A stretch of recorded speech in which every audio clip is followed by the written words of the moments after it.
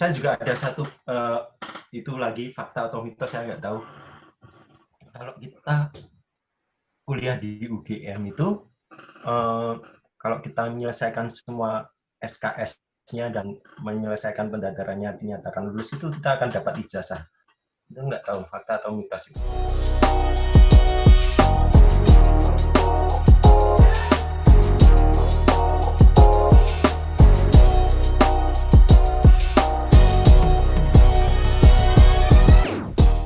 Halo, selamat datang kembali dulur angkringan di rubrik Sego Kucing Angkringan GTO. Kali ini bersama saya Rube, Mas Felix, Mas Eka, dan Mas Leon.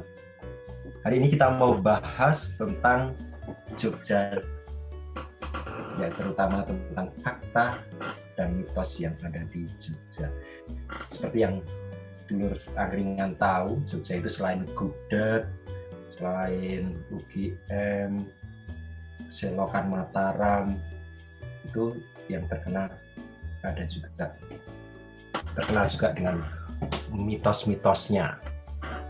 Salah satu mitos yang mungkin dulur angkringan udah hafal itu, kalau kita nyebrang ringin kembar di alun-alun Kidul, harapan kita bisa terwujud. Nah, itu fakta atau mitos. Nah, itu kita mau bahas di sini, fakta atau mitos yang ada di Jogja. Oke, kita langsung ke orang Jogja asli dulu, Mas Eka. Mitos di Jogja yang paling mempengaruhi hidupnya Mas Eka itu apa? Sebetulnya tadi saya membahas hal yang disebutkan sama host ya, karena itu paling terkenal di Jogja. Jadi kalau nama ritualnya tuh pitongan, betul Mas Felix? Ya, pitongan. Karena dipitung matanya. Ditanya Mas. Benar? Di apa mukanya? Di apa? Dipiting? Dipitong. Dipitong. Oh. Jadi nama pitong itu jawara dari Betawi itu Mas, pitong. Oh, itu pitung Mas. Dan itu motor lama Mas. Jadi saya belum membaca literasi lengkapnya, cuma yang saya tahu lah ya, pitongan itu ya dengan mata tertutup. Nanti pertama-tama itu kalau yang saya tahu dari zaman awal-awal ya, sebelum seramai sekarang, dulu masih sepi. Sekarang mungkin kayak bom-bom kar, jadi semua pengen masuk situ, akhirnya tabrak-tabrakan karena orangnya banyak. Kalau dulu masih sepi, jadi ya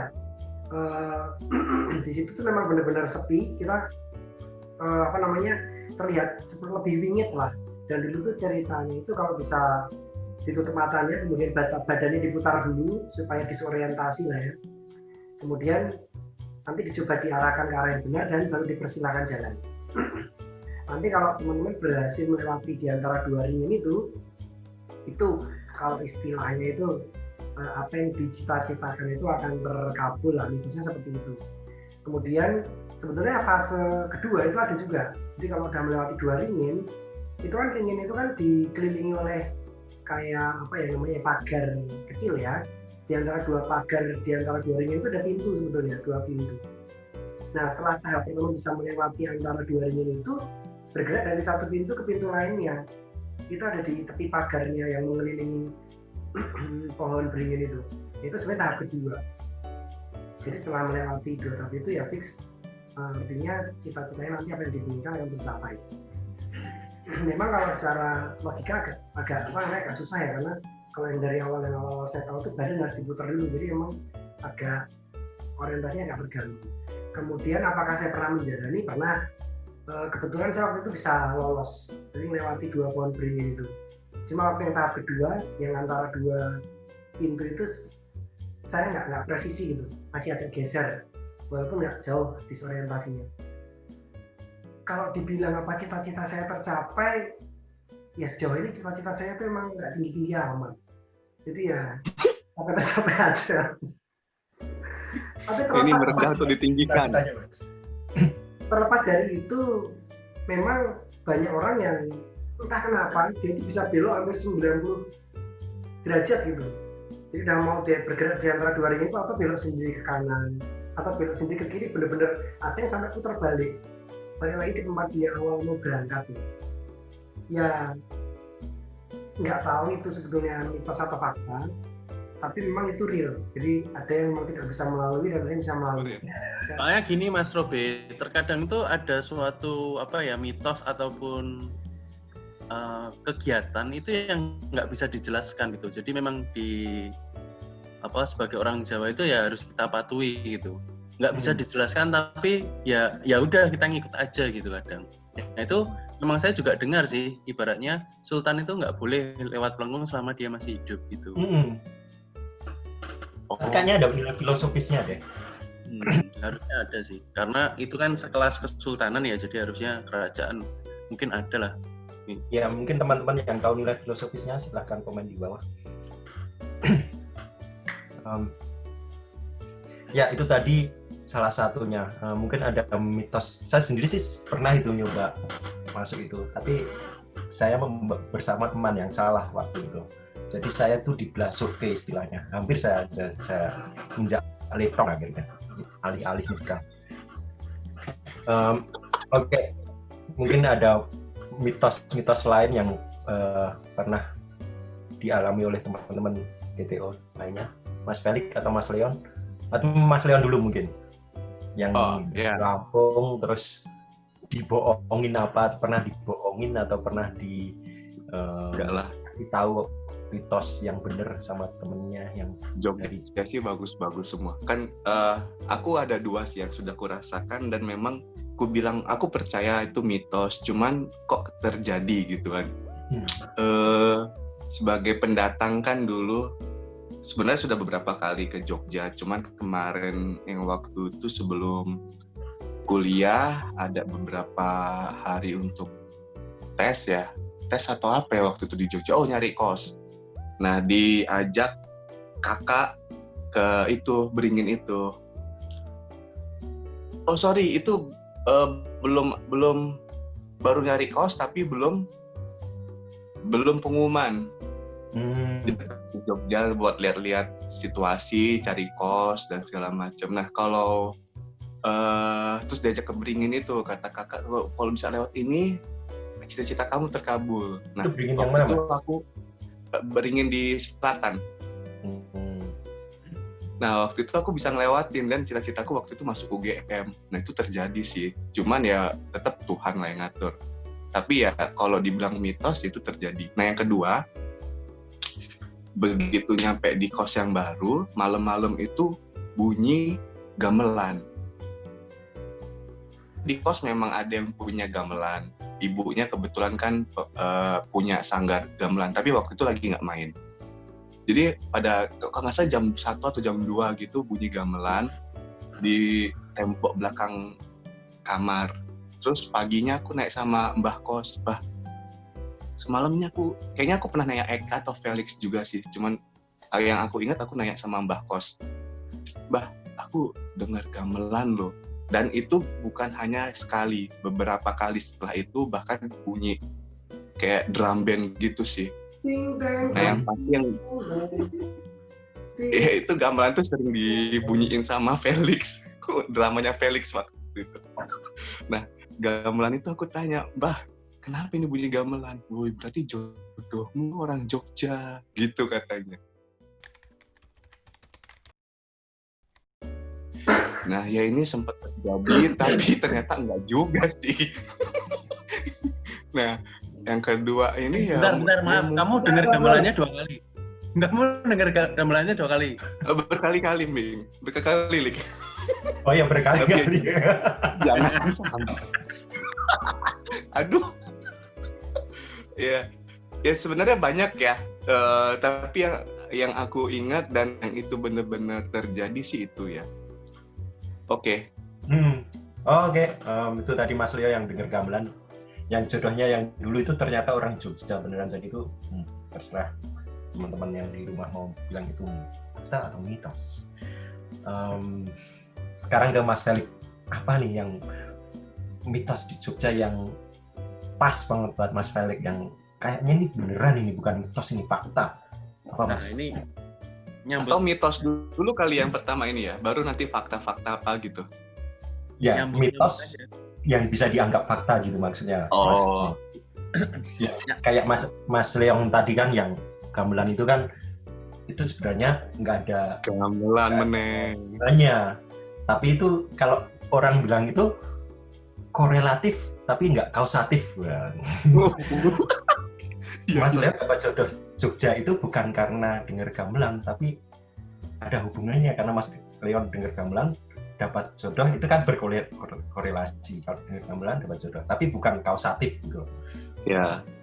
Mitos atau fakta? Nah, terserah teman-teman. Ini lanjut ke Mas Felix. Iya, Mas. Oke. Menyambung tadi masalah gamelan ya. Itu sebenarnya banyak orang-orang yang belum tahu bahwasanya bagaimana sih kok ada nama Pogung di sekitar kampus UGM. Termasuk kosku. Ya, kebanyakan kan orang-orang UGM tuh paling kenal dengan nama daerah Pogung gitu ya. Nah, Mm-mm. teman semua kan belum pada tahu kan. Mungkin Eka saja yang orang Jogja mungkin belum tahu kenapa dinamakan Pogung. Belum. Taunya Nah. kosku. setelah surfing di dunia maya itu ada beberapa artikel yang mengungkapkan bahwasanya Pogung itu didirikan atau dikembangkan atau dibangun oleh seseorang yang namanya Ki Dalang. Nah, Ki Dalang ini adalah salah satu orang kepercayaan dari seorang raja yang punya kerajaan kecil di daerah selatan Jawa. Nah, pada waktu itu raja itu punya hasrat atau keinginan atau suka dengan yang namanya Putri Campa. Nah, Putri Campa itu sebenarnya dia berasal dari luar kerajaan. Nah, pada waktu itu ada hukum adat berkata bahwasanya seseorang tidak boleh mencintai orang di luar daerahnya. Nah, oleh karena itu si raja meminta tolong ke Ki Dalang untuk menemani Putri Campa itu ke daerah utara gitu. Nah, usut punya usut tuh Ki Dalang itu ternyata suka gitu. Jadi bahasa Jawanya itu nikung itu. makan tanaman apa? Pagar makan tanaman. Nikung itu. Nah, seperti itulah. Jadi ibaratnya Robi. Putri Campa dan Ki Dalang tuh akhirnya punya anak gitu. Nah, menjelang kematian dari raja itu si raja ingin ketemu lagi sama si Putri Campa gitu. Tetapi karena sudah terlanjur tahu kabar bahwa Putri Campa itu sudah punya anak, ya akhirnya ya karena egonya raja dia tidak mau ketemu dan akhirnya meninggal. Nah, di sisi lain Putri Campa jadi stres karena disalahkan atas kematian raja itu gitu. Nah, Putri Campa juga akhirnya meninggal. Nah, Ki Dalang terus bernazar akan membangun daerah di sekitar, yaitu di dekat teknik itulah, daerah fakultas teknik, daerah fakultas magister itu, daerah Pogung itu, dia mendirikan kawasan di situ dengan diiringi suatu tadi gamelan tadi. Nah, gamelannya kan biasanya ponggung gitu. Ponggung. Makanya dinamakan daerah situ Pogung. Nah, ini saya agak sedikit merinding nih. Nah, pada waktu itu setelah 7 hari, biasanya kan kalau orang Jawa itu 7 hari itu keramat ya biasanya ya. 7 hari itu Ki Dalang itu diliatin sama rajanya sama Putri Campa dalam bentuk gaibnya. Dia bilang bahwasanya nantinya di tempat ini akan menjadi tempat pusat orang-orang terpelajar yang akan belajar di daerah sini. Makanya sekarang dikenal daerah sebagai Pogung itu sebagai daerah kos-kosan. Kebetulan Mas Leon juga kos di sana kan dulu kan ya. Pogung Dalangan. Tapi itu enggak Mas, jadinya di Pogung itu banyak yang nikung juga ya. Wah. Itu kalau itu kurang tahu sih. Itu Mas Leon yang bisa menjawab. Tapi yang jelas dari cerita ini sih saya tadi cerita agak sedikit merinding ya. Ya kemungkinan besar ada garis merahnya lah di situ. Kenapa dinamakan Pogong? Dan ada Tapi juga emang jalannya nikung-nikung gitu sih, bener Be. Jalannya Ada- banyak tikungannya. Iya, ada juga kan ada nama Pogong Dalangan. Nah benar kosku itu. tuh. Nah, itu karena Daerah ada Pogong. yang membuat itu Pogong kan Ki Dalang yang buat. Nah, makanya dibuat Pogong Dalangan. Gitu. Terus ada Pogong apa lagi sih Mas? Itu Pogong Dalangan. Pogong baru. Oh, nggak masuk. Pogong baru kan baru.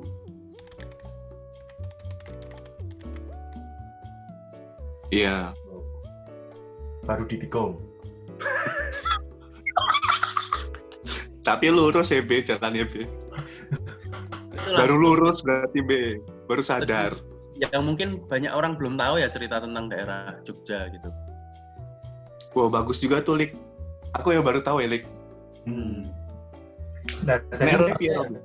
di berkenaan dengan Mas Felix apa ini? Oh ya, Felix. Ya karena saya orang terpelajar, makanya saya di sana kadang di kosnya Leon, nggak pulang ke rumah. Itu mitos, Lik. Mitos. Ya, Kamunya nggak ada, sharing aja, komonnya banyak. sharing aja biar ada tambahan informasi buat teman-teman semua gitu. Wah, keren. Cocok. Terus ada lagi nih mitos yang katanya itu berhubungan dengan orang terpelajar tadi. Kalau kita sebelum lulus foto di depan Foto. UGM, kita nggak bisa lepas dari UGM, katanya nggak lulus lah istilahnya. Itu benar nggak sih? Ada nggak temannya Mas Leon yang foto di situ terus akhirnya jadi dosen misalnya? Jadi yang nggak bisa keluar dari UGM jadi dosen. Foto depan UGM itu banyak kan. Kita juga angkatan atau apa Ditulis foto bareng. tulisannya itu loh Mas katanya. Yang Universitas di Bulak Sumur itu toh, Mas Robi. yang di Bundaran itu loh. Pakai rapi. Semua. Yo, aku seangkatan pernah sih moto di situ dan ada dosen beberapa di situ. Itu Cuman ya Kampus terus. apa? Pantes dosennya di kampus-kampus terus nggak lulus-lulus. mm-mm. Gara-gara tiap tahun dia Oh. foto di situ. tiap tahun Bener, Be. tiap tahun pendadaran melulu ya. Nah, Tiap tahun pendadaran melulu. Di situ. Untuknya kamu tiap tahun foto di situ nggak lulus-lulus juga. Itu teman kita ada di situ juga, Robi.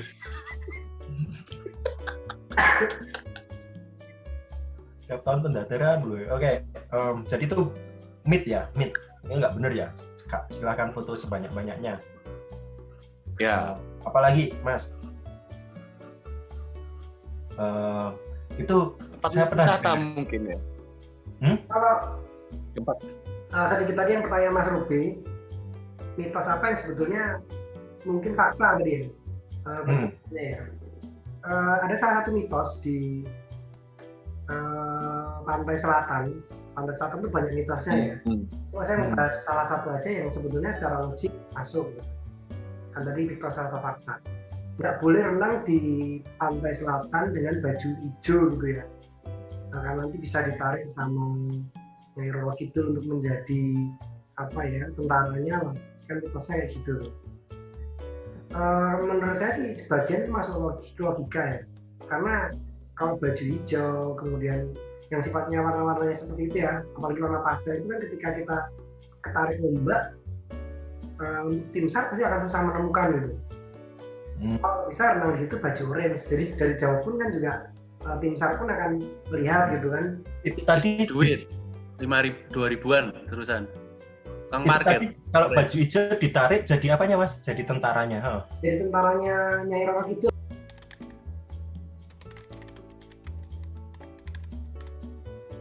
Itu tadi Duit 2.000-an terusan. Kang itu market. tadi kalau baju hijau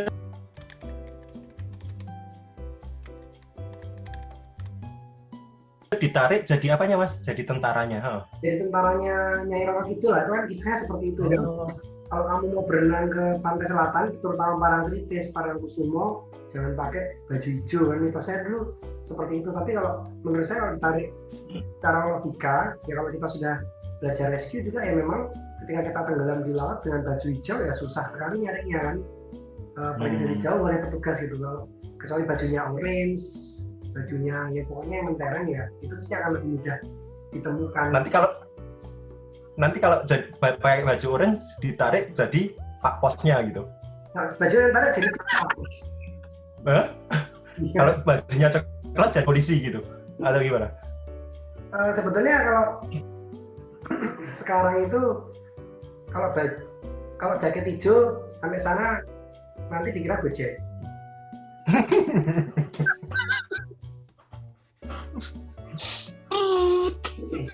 Ya itu sih, itu contoh sampel mitos tapi masuk logika sama mitos di Imogiri ya, makam raja-raja di Imogiri. Dan mitos setiap naik anak tangga di sana, coba kalian hitung, misalkan berdua bersama-sama atau bertiga bersama-sama dalam hati, nanti lihat sampai puncaknya hitungan itu nggak akan sama gitu. Itu mitosnya seperti itu. Ya dihubungannya dengan hal yang mistis lah, yang namanya juga tempat pemakaman. Tapi kok di logika ya masuk akal, karena jumlah anak tangganya kan sangat banyak. Pasti nanti interpretasi orang juga pertama fokus, bisa jadi berkurang gitu kan karena capek sampai di atas, atau interpretasi cara hitung gitu kan, dia mulai dari 0 atau mulai dari 1 atau seperti apa gitu. Itu maksudnya hitungnya dalam hati Mas ya, nggak dihitung bareng-bareng. Oh ya. Itu ada mitosnya itu juga. Jadi ya beberapa kalau misalkan tadi pertanyaan yang bisa dihubungkan dengan logika, ya itu sih contoh-contohnya. Itu saya juga ada satu itu lagi fakta atau mitos, saya nggak tahu. Kalau kita kuliah di UGM itu kalau kita menyelesaikan semua SKS-nya dan menyelesaikan pendaftarannya, dinyatakan lulus, itu kita akan dapat ijazah. Itu nggak tahu fakta atau mitos itu. Mungkin mitos ya. Mungkin dari Mas Leon. Apa? Pelik dulu aja yang dosen. Kalau tergantung, udah lunas belum bayarnya. Tapi yang biasa sih, yang biasa common tuh biasanya kalau orang pacaran tuh jangan di candi, intinya gitu sih. Ya, kalau mau langgeng ke Taman Sari. Ya itu Bulan lalu. Taman kalau Sari. sudah terlanjur gimana Mas? Ke andunya gimana? Kenapa? Kalau udah terlanjur andunya gimana? Kalau sudah terlanjur berarti harus ke Taman Sari. Iya, Taman Sari. Betul. Matematis saja Mas. Jadi balik ke ilmu matematika lagi. Kamu sudah ke candi berapa kali? Berarti kamu harus ke Taman Sari lebih dari jumlah itu gitu.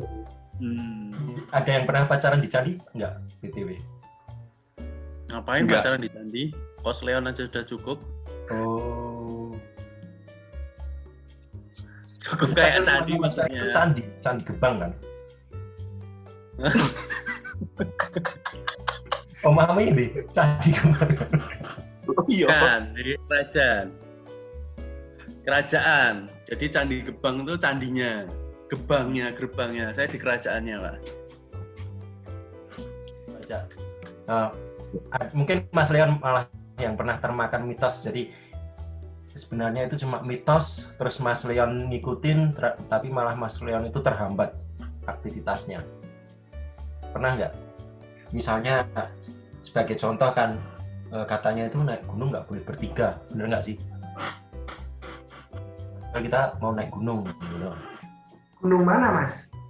Nggak, misalnya naik Merapi atau naik Merbabu atau naik gunung kemana, nggak boleh bertiga. Pernah nggak sih? Gunung Kidul tuh, gitu? kalau ke Gunung Kidul bertiga nanti nggak boleh Mas, boros harus berempat. Kalau boncengan dua-dua. Tapi kan bertiga Mas minimal kan.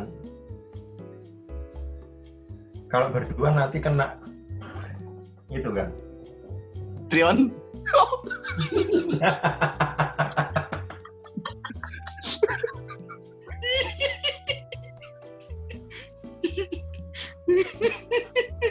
Apa namanya Om?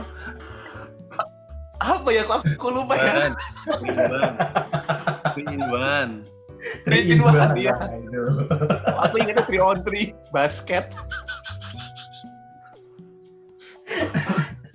Felix tuh belum jawab tuh, Felix. Apa? Nggak ada sih, kalau saya sih biasanya saya pakai mitos tersebut. Contoh Saya berkali-kali kalau ada kesempatan nyentuh Tugu Jogja Pal Putih itu saya sentuh terus.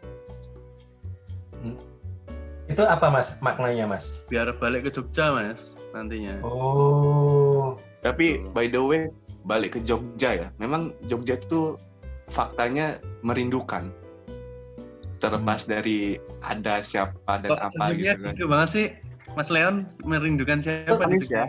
Ngomong-ngomong balik ke Jogja, itu selain megang tugu itu katanya kalau minum air selokan Mataram bisa balik lagi ke Jogja. Mas kan udah pernah mempraktekkan itu belum? Tapi Enggak, kalau masalah minum air saya kapok di Bali juga pernah.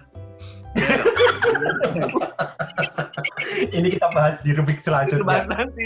Itu bahas nanti. Kecumplungan. Mitos di tempat lain. tapi itu masuk akal sih Mas Robi. Kalau itu bisa dimasukkan ke logika sih. Kalau yang minum air selokan Mataram itu memang masih masuk. Gimana itu logikanya Mas?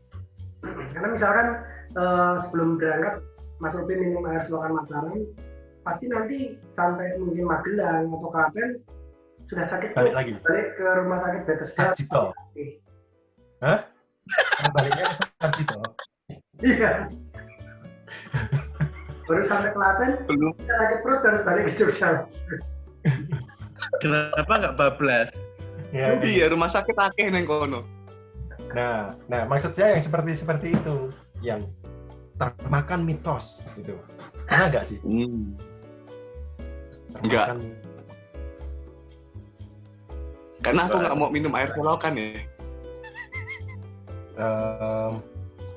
Katanya kalau pacaran di candi nggak boleh, itu sudah dibahas. Itu pernah nggak yang pacaran di candi gitu? Maksudnya PDKT ngajak jalan-jalan ke candi gitu. Ini Mas Leo biasanya ini. Pernah nggak? Aku nggak pernah aku pacaran nggak pernah ke candi ya, Be. Kalau Gembira Loka pernah. Pantai yo pernah. Candi bukan opsi untuk pacaran sih. Lebih enak di kampus lah, baca buku gitu.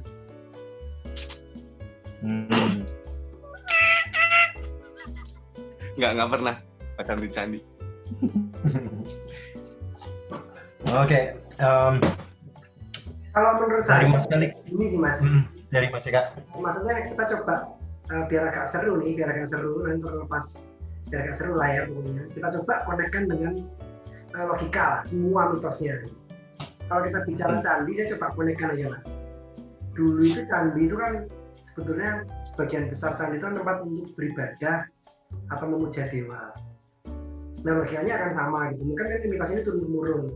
Nah ya masa kamu mau pacaran di masjid gitu kan? Ya bisa digropi orang gitu kan? Ya mungkin seperti itu kalau menurut saya ya. Jadi nggak railo lah itu nggak inilah nggak sopan lah ketika kamu pacaran di tempat ibadah, karena mungkin sekarang candi itu jadi tempat wisata, terlihatnya jadi fair aja itu nggak masalah gitu. Tapi dulu karena mitos ini akar rumputnya dari zaman dulu dan turun-temurun, ya dulu memang mungkin tempat ibadah. Jadi apa? Dalam pacaran di tempat ibadah itu. Nyambung logika Mas Eka. Berarti kalau gitu kita kalau nikah nggak boleh di masjid sama di gereja dong kalau kayak gitu. Tempat ibadah juga. Nah ini pertanyaan Menikah. Kalau aku sih pikirnya ya, kalau secara logik candi itu panas, nggak cocok untuk pacaran. Gobios bos. Nah, Sebenarnya itu masalahnya gini sih Mas Eka. Mungkin di antara kita tuh baru ada yang menjalani atau pernah pacaran di candi tapi sampai sekarang belum menikah, mungkin ada Mas. Jadi dari tadi dia menanyakan hal tersebut. Dan takut putus, makanya naik Taman Sari. Makanya next pulang tuh ke Taman Sari. Nah, jadi yang pernah pacaran di candi itu hitung berapa kali, bener kata Felix. Buat temannya Mas Felix, nanti pulang Jogja langsung ke Taman Sari ya. Terus itu tadi kita logikakan, coba kita logikakan mitos yang ada di Jogja ini. Apalagi tadi yang mitosnya yang udah kita Kalau ringin itu gimana logiknya tuh? di Ringan itu kan Kalau tadi udah logiknya- dibahas. Kalau logiknya kalau saya pribadi sih dari kemauan sih, maksudnya dari kemauan dan apa? Kalau kita sudah bekerja keras kan kita dengan begitu kan ditutup matanya tanpa adanya bekal apapun, tapi kalau kita selalu berusaha keras itu apa yang kita inginkan akan tercapai itu Mas Leon. Dengan berusaha terus itu bakal tercapai gitu aja sih. Simple kan? Fokus Dan dan bantuan persisten. Jadi tadinya. Kalau saya setuju Mas Ruby. Kalau menurut saya, kalau kita bicara yang ringin itu fokus benar. Jadi sebenarnya kalau menurut saya ketika kita konsentrasi itu masih memungkinkan. Karena itu kalau kita mau lurus itu kan ujung kita tuh pelengkung tuh. Kalau kita mau dengar betul-betul suara kendaraan di pelengkung itu kedengeran sebetulnya. Jadi kita bisa ngarah aja di situ. Sebetulnya fokus sih kalau menurut saya harus dilogikakan. Kan seliwar-seliwar kendaraan yang melewati pelengkung gading yang tadi kita bicarakan itu kan suaranya lain dibanding suara kanan kiri yang lain gitu. Soalnya kan bengong gitu. Nah itu aja kita fokus. Ya itu sih kita logikakan ya gitu. Nah, Taman Sari logiknya apa? Taman Sari itu tempat pemandian, Ong. Jadi ibaratnya Paham. tempat raja begituan sama selir-selir. Raja memilih selir pada saat selir mandi. Nah, tapi korelasinya sama hubungan yang ya kan di situ tempat bermesraan. Jadi bebas kayak logika Mas Eka tadi, tempatnya sesuai untuk bermesraan kayak mungkin kan, itu cocok untuk bermesraan. Kalau menurut saya, boleh nih Mas Eka. Kalau menurut saya karena itu dulu tempatnya itu untuk raja memilih istri atau selir, itu mungkin bangunannya, dekorasinya dibikin supaya meningkatkan hasrat atau libido atau gimana gitu kan. Jadi dari segi bangunannya mungkin udah didesain untuk orang itu feel-nya happy atau feeling-nya bagus gitu loh. Jadi kalau feeling good. Jadi kalau pasangan ke situ mungkin kebawa suasana bangunannya jadi feelingnya bagus. Aku pernah sih bawa orang dekat ke Taman Sari, nggak jadi. Belum, itu mungkin belum, Ong. Itu mungkin kurang lengkap aja Mas Leon. Jadi habis ke Taman Sari diajak ke kos, jadi bangun pagi sama-sama denger gamelan. Nah itu jadi Tapi tergantung. Kalau sama-sama berdoa dengan gamelannya sekali. Orang Lampung, Mas. Itu bahaya malah kalau ceweknya denger gamelan nanti malah nggak jadi. Nanti dapatnya orang Jogja. Nah itu pertanyaannya, cewek yang dibawa di situ orang Jogja bukan? Bukan. Wah ya. Harus ke situ denger gamelan dulu di orang mana?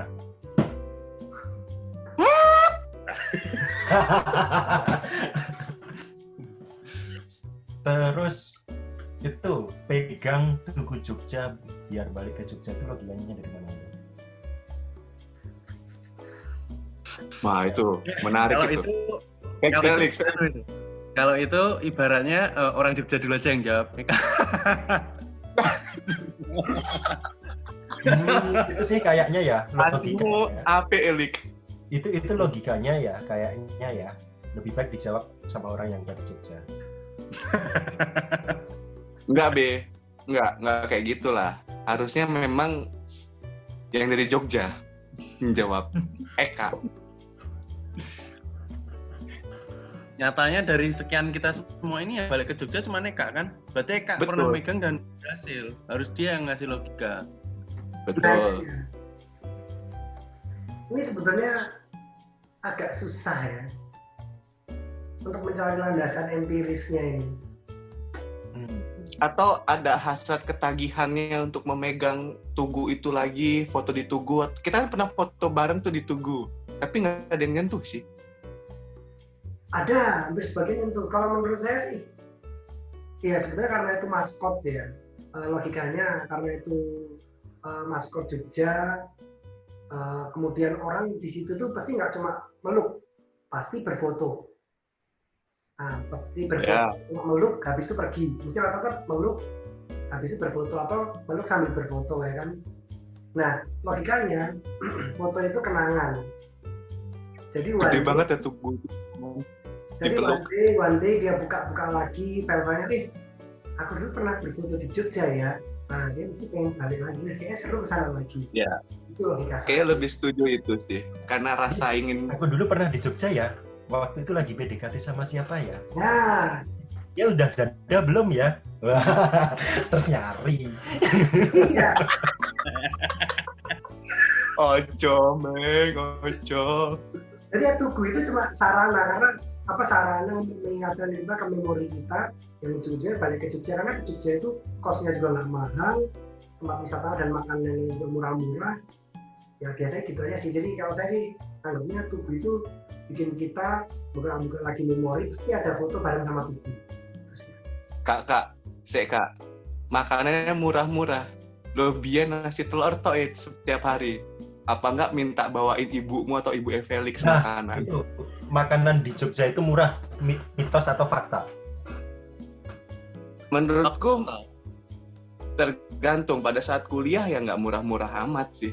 Kalau angkringan pun aku makan pernah habis 50.000 lebih karena makanku dulu banyak. Memang satuannya murah, cuman ternyata ditumpuk-tumpuk jadi banyak. Cuman kalau udah kerja ya mungkin masih oke lah. Yuk, monggo. Kalau zaman kuliah dulu nggak juga. Kalau ini jangan tanya Mas Eka, makanan di Jogja mahal atau apa murah itu mitos atau fakta? Karena dia makannya di rumah melulu kan, jadi tidak pasti murah, itu fakta. Lebih banyak Felix sih sama Robe yang makan di luar. Lik, makanan di Jogja murah itu mitos atau fakta? Fakta lah. Nyatanya dengan uang sedikit ya bisa hidup juga di Jogja. Paling Ya, gampang. hidup. Yuk, tergantung tempat juga sih Mas Robe. Kalau tempatnya yang sekarang udah kekinian ya lumayan mahal. Tapi kalau tempat-tempat yang kayak di Pogung tadi yang masih di anak-anak kos ya masih murah lah. Makan waktu dulu 5.000, makan kenyang aja masih ada. Ya, jadi Kecuali warung Maelik. mitosnya itu kurang spesifik, apa faktanya itu kurang spesifik ya. Makanan Iya. Pogung itu murah yang benar gitu ya, bukan makanan. Iya. Iya, Pogung iya. dan daerah Bantul Selatan itu kan murah-murah juga, Mas. Oh iya, ya. Apalagi kantin Bu Bambang itu murah, enak, gratis.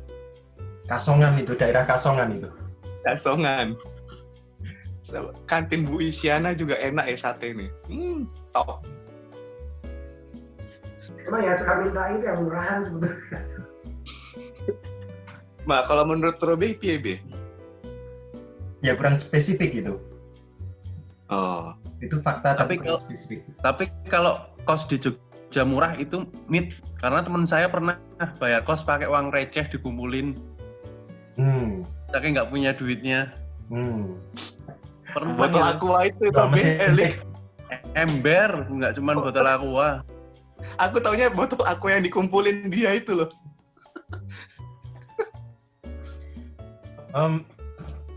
Kalau itu tadi mitos yang teman-teman pernah rasakan ya. Ini kalau waktu jalan sama teman-teman GTO, dari GTO keseluruhan sendiri, pernah nggak Mas Eka atau Mas Felix atau Mas Leon yang waktu itu kena mitos atau bukan termakan ya, ngalamin hal-hal yang agak di luar logika yang ada hubungan dengan mitos-mitos yang ada di Jogja? Eka dulu ya. Ya mungkin dari Mas Eka yang mukanya aja udah mistis itu. Stupa. Saya sebetulnya nanti mungkin Mas Ferry cerita ya, dulu pernah naik gunung bareng. Cuma kalau saya ingat banget kejadian itu malah justru acara tahun baru, kalau nggak salah itu 2008, antara 2008-2009. Ini Mas Leon ikut deh. Waktu itu kita ke Pantai Selatan, ingat nggak Mas Leon? Iya, rame-rame sih Kak itu Kak. Betul. Waktu itu kita motoran bareng-bareng ya. Sebetulnya kita itu juga sudah istilahnya kayak jangan boleh kita mengadakan aktivitas di Pantai Selatan tapi jangan terlalu hura-hura gitu kan. Sebetulnya kita udah tahu titipan pesan itu, maksudnya mitos-mitos seperti itu. Memang waktu itu ya sudah, kita nggak ada kegiatan, akhirnya berangkat bareng ya Mas Leon waktu itu ya, kita naik motor ya. Berangkat bareng terus tidak menginap juga. Nggak menginap ya. Jadi waktu itu seingat saya kita ke sana itu sudah mendekati jam 12 malam atau waktu pergantian tahun.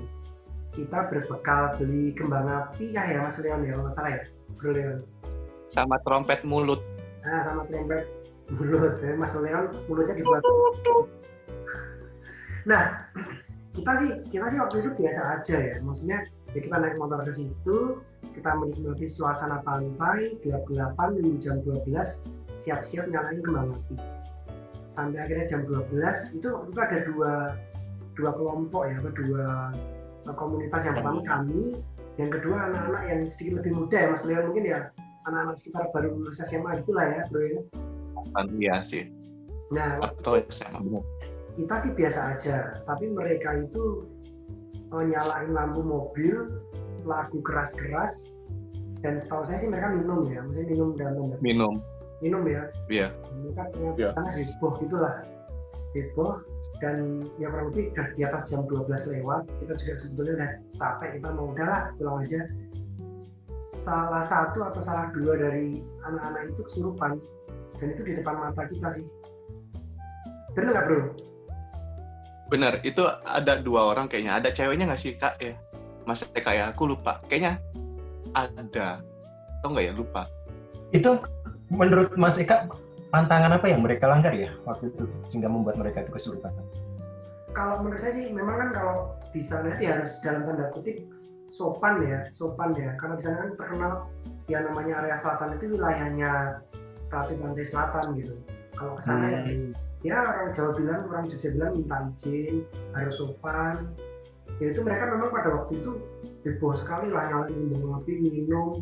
Ya kalau minumnya sambil santai, diem gitu ya nggak masalah mungkin ya, itu teriak-teriak. Tapi gitu ya Bro ya. Ya, Tapi itu betul. yakin dia itu kesurupan ya, bukan karena makan mushroom atau Enggak, kesurupan kok. Orang kejang-kejang tuh, rame bener gitu. makan beling gitu. Suaranya tuh, kalau suaranya tuh udah beda ya Bro ya.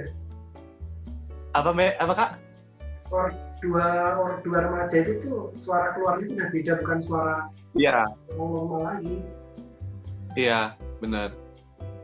Aku sopo, gitu. Ini orang bingung. Tapi nggak Apalagi sampai makan Lin ya? beling gitu ya Mas ya? Enggak sih, waktu itu nggak ada beling. Nggak ada beling ya. Botolnya aqua itu. Itu tadi pengalaman Mas Eka sama Mas Leon di Pantai Selatan. Emang agak susah di logika ya, orang minum kesurupan ya. Mungkin karena kesadarannya berkurang atau gimana, itu nggak terserah teman-teman yang nanggapin. Itu karena minum sebenarnya atau memang karena ada sesuatu di situ yang mereka langgar. Mungkin ada pengalaman lain Mas Felix tentang mitos yang susah di logika nih, yang pernah dialami Mas Felix sama teman-teman GTO waktu itu.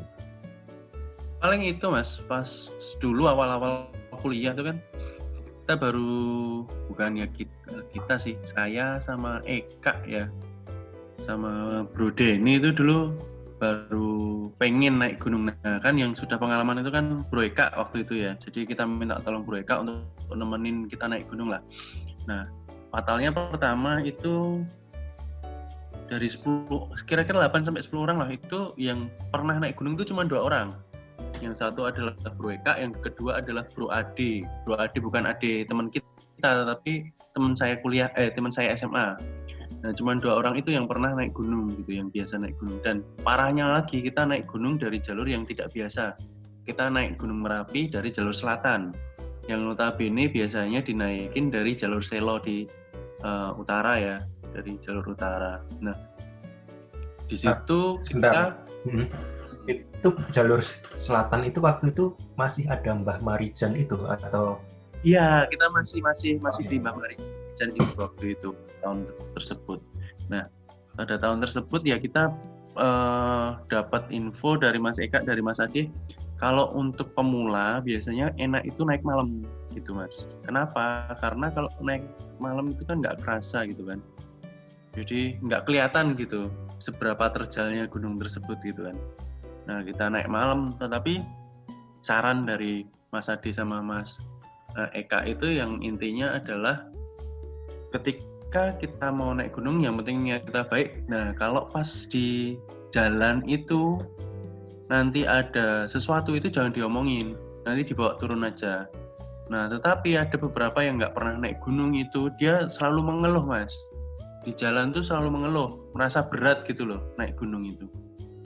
Nah kejadian akhirnya itu juga udah diwanti-wanti, intinya kita jangan selalu mengeluh di jalan. Kalau kita mengeluh di jalan semakin lama juga akan semakin berat. Itu kejadian beneran Mas, kita naik gunung sudah cuman pemandu 2 itu di depan sama belakang, istilahnya sweeper sama yang depan itu apa Mas Eka namanya Mas Eka yang depan leader ya, Buka jalan. nah itu 2 yang sama-sama pernah naik gunung, yang di tengah itu ada beberapa yang suka mengeluh gitu, jadi semakin perjalanan itu semakin berat, kita nyasar itu di jalan tuh kita nyasar terus. Saya pernah sampai hampir masuk jurang Mas gara-gara itu. Untung ditolong Bro Eka waktu itu. Itu waktu itu Mas Felix kalau mau naik gunung dari arah selatan itu izin penjaganya kayak juru kuncinya gitu nggak sih waktu itu? Ya kita sudah kita datang sore ke Mbah Marijan itu, kita ngobrol, kita makan dulu di Mbah Marijan, segala sesuatunya baik.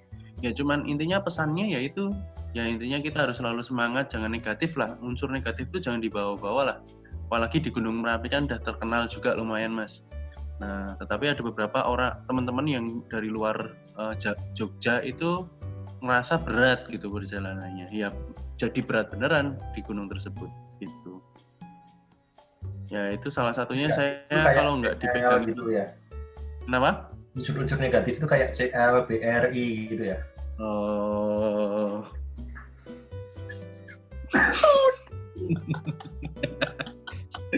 Mungkin Yon. lebih ke atom kok. unsur N biar bisa -4 Mas, jadi bisa tambah menarik nanti. Ini teman-teman kalau mau naik gunung yang harus dibawa itu kayak Na gitu, sodium itu Positif ya. bawaannya positif. Oh. Ya, ini udah mulai membosankan kayaknya topiknya yang kita penutup. Oh, iya.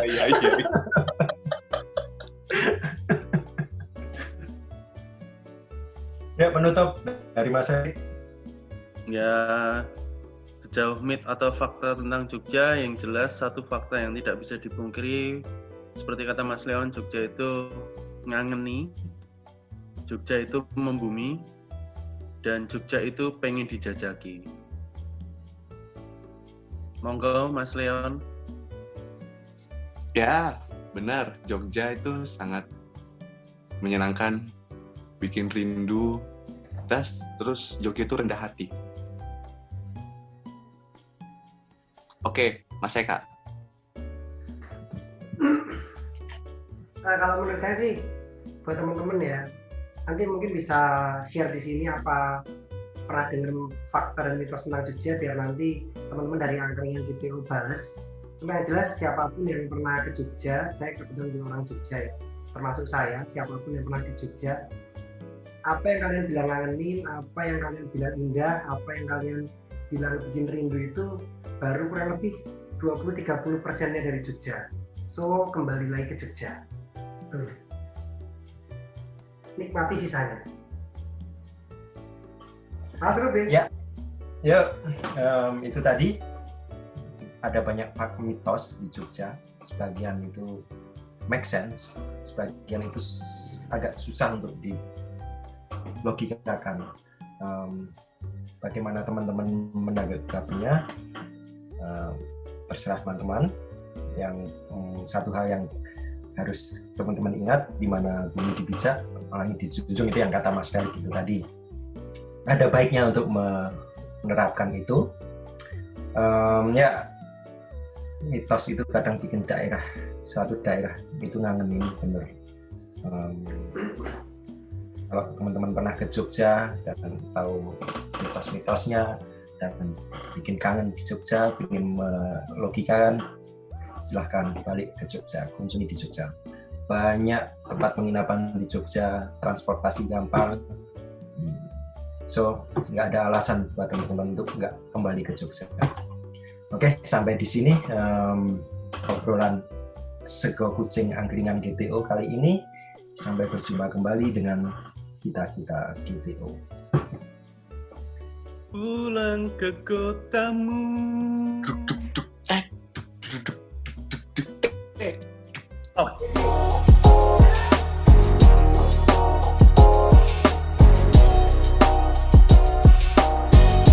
Saya sendiri sempat termakan isu mitos dari tempat lain di luar Jogja. Boleh nggak sedikit cerita, Mas Ruby? Boleh. Atau mau next topik aja, next bahasan aja di tempe. Oke. Mitos. Ya. Tempe Mitos gitu. Oh, berarti Indonesia. daerah masing-masing gitu ya? Mm-mm. Oke. Ini Lanjut. di Jogja dulu aja.